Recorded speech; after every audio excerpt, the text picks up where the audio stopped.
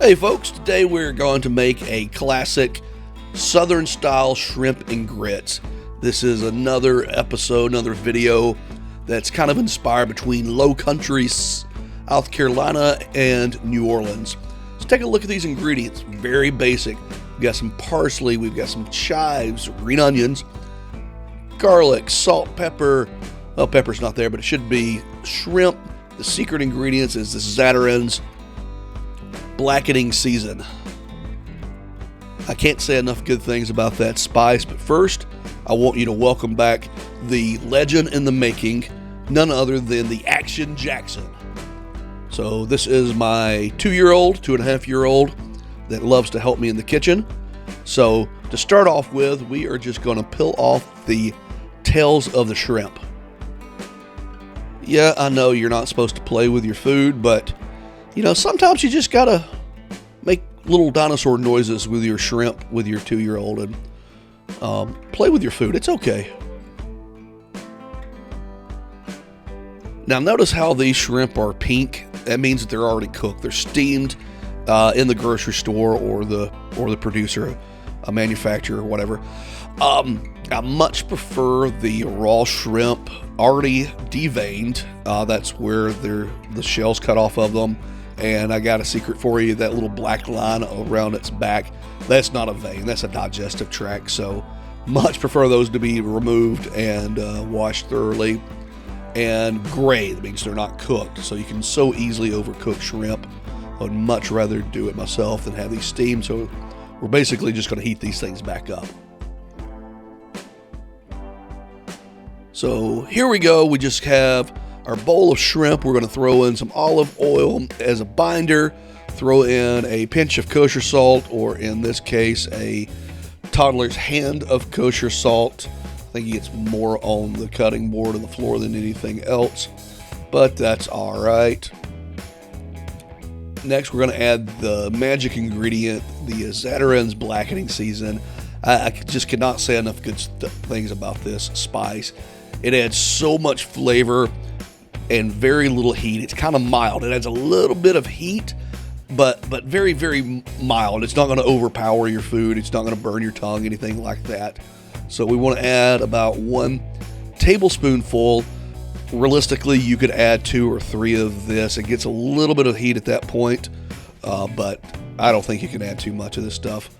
And I would say give it a good stir, but give it the best stir a toddler can that can barely reach the stove. Next, we're going to add our garlic.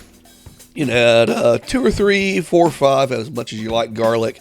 You're not going to overpower the dish with this, with 4 or 5 cloves. And I use a garlic press. Action Jackson's hands are a little too small to operate the press by himself, so give him a hand.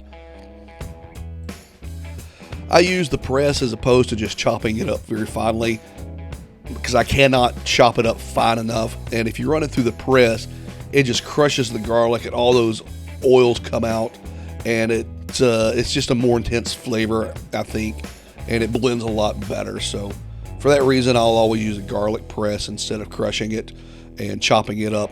Unless my garlic press is in the dishwasher, then all bets are off. Now we are literally going to throw in a couple of pats of butter. When you tell your 2-year-old to throw it in, he took that quite literally, and there you go. In the meantime, let's go ahead and get 3 cups of chicken broth boiling. It's a 3-to-1 ratio between your grits and your liquid. You can use water, but you're missing a great opportunity to add a lot of flavor to the grits. If you just want boring grits that you're going to add butter to at the end, very traditional, water's fine, but we're not going for traditional. We're going for delicious here. So 3 cups of chicken broth in your pot. Go ahead and get that boiling. In the meantime, our butter is starting to, I don't know, what would you call it? Come to a boil, melt. I don't know. Somebody put in the comments what happens when your butter melts and starts to bubble up like that. Now we throw in our shrimp that has been seasoned and spiced. Now remember folks, seasoning is salt. Spices are totally separate. And we're not going to have to cook these very long because, again, they're already cooked. In the meantime, let's get our 1 cup of grits ready to go.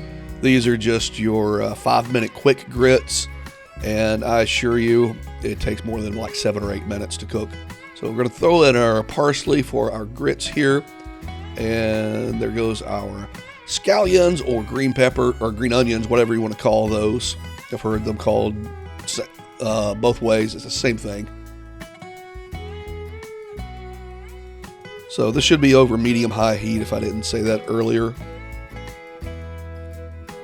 Next, I'm going to throw in some bacon bits. This is just the type that you get from the salad dressing aisle. Because I saw it in my refrigerator, and well, frankly, everything's better with the bacon. Even though this is not fresh cooked bacon, it's still bacon, folks. It'll make anything better. Now, while that's cooking, let's go ahead and grate about 4 ounces of our smoked Gouda. Not just Gouda, but smoked Gouda adds a whole extra layer of flavors here. And if I'm mixing something in, I'm mixing a cheese in that's going to melt, I like to use the small grates because it just, obviously it makes a smaller shred, but that just seems to melt a little bit better. And I guess I got tired of grating, so I put some on the big grates. So it melts pretty easily, so not that big a deal. And the rest of the Gouda, I assure you, that does not go to waste in my house. I can consume that in one setting.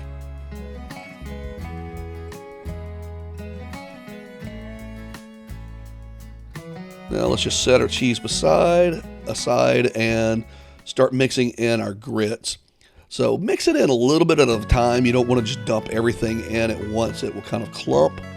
Not as bad as like flour would clump, but it will clump a little bit. And again, I said the instructions say about 5 minutes. It takes 7 or 8 minutes to have the grits absorb all the liquid. So give it time.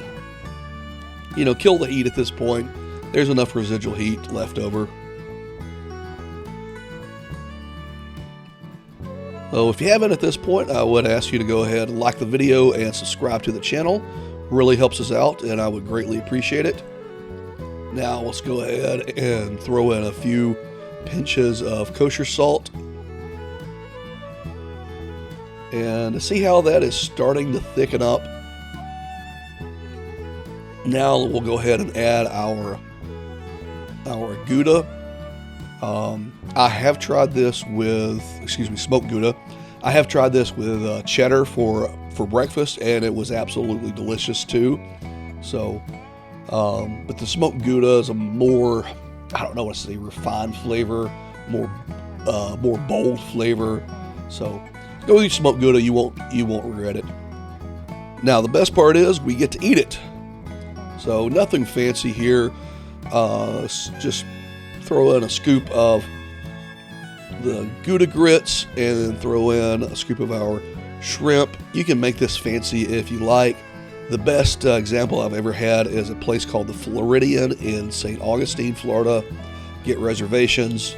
The place is absolutely incredible. I don't know how they make their shrimp and grits so good there. So if you're ever in St. Augustine, go to the Floridian, try it. You won't regret it. And thank you guys for watching. I hope you guys try this at home. It's really delicious, and I think you'll like it.